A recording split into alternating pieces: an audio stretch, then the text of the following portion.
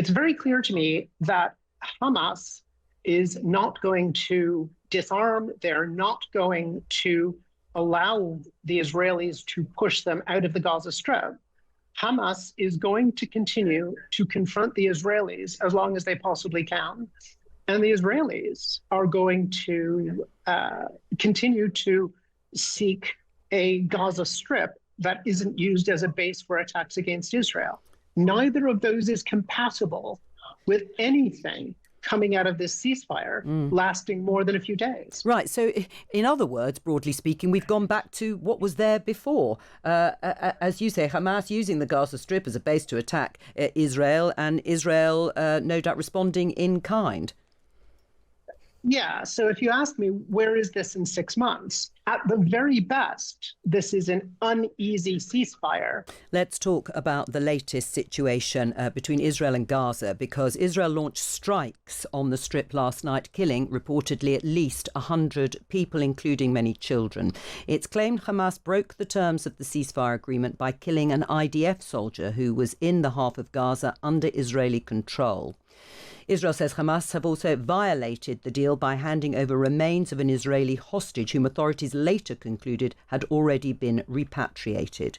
Donald Trump, who negotiated the truce, claims the peace deal isn't in jeopardy, but others say it hangs in the balance. Let's speak to Dr. Lynette Nusbacher, former British Army intelligence officer and military strategist. Welcome to Times at One. Lynette, Hamas has denied responsibility for the attack on Israeli forces in Rafah. What do we know about the situation? Well, we know that from an Israeli point of view, Hamas is being non-compliant in a number of ways.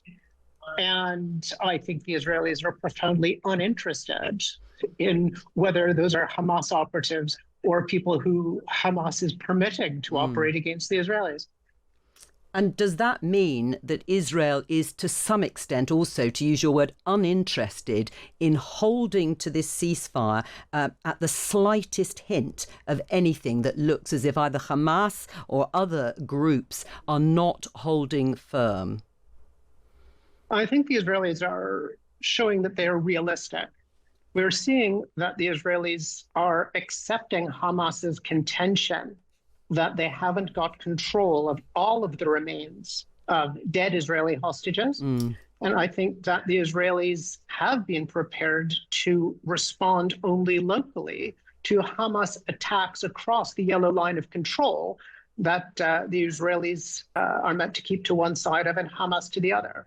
So I think that because of lots of American pressure, the Israelis in particular are willing to be compliant, even though we have not yet seen any suggestion that the ceasefire has got any provisions worked out beyond that basic exchange of hostages and prisoners. Yeah, I mean, and that is obviously a huge problem, because where does it go next? I mean, how confident are you that it can move on from this? It's very clear to me that Hamas is not going to disarm. They're not going to allow the Israelis to push them out of the Gaza Strip. Hamas is going to continue to confront the Israelis as long as they possibly can. And the Israelis are going to continue to seek a Gaza Strip that isn't used as a base for attacks against Israel. Neither of those is compatible with anything coming out of this ceasefire lasting more than a few days. Right. So, in other words, broadly speaking, we've gone back to what was there before. As you say, Hamas using the Gaza Strip as a base to attack Israel, and Israel no doubt responding in kind. Yeah. So if you ask me, where is this in 6 months? At the very best, this is an uneasy ceasefire maintained by regular American intervention and pressure.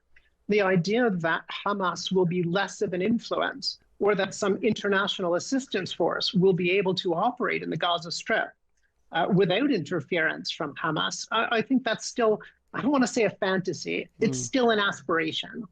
So Has Hamas been diminished to a large extent in the way Israel certainly wanted to get rid of the group altogether? That hasn't happened. That's demonstrably clear. But has it been diminished enough? It sounds as if they still assert quite a lot of control, armed or otherwise, in Gaza.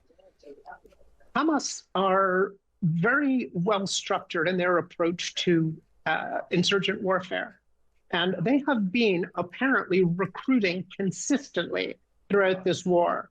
Now, that means that current Hamas operatives are not as experienced, certainly don't have the same combat experience as the Hamas operatives who've been killed in this war. But Hamas numbers are up.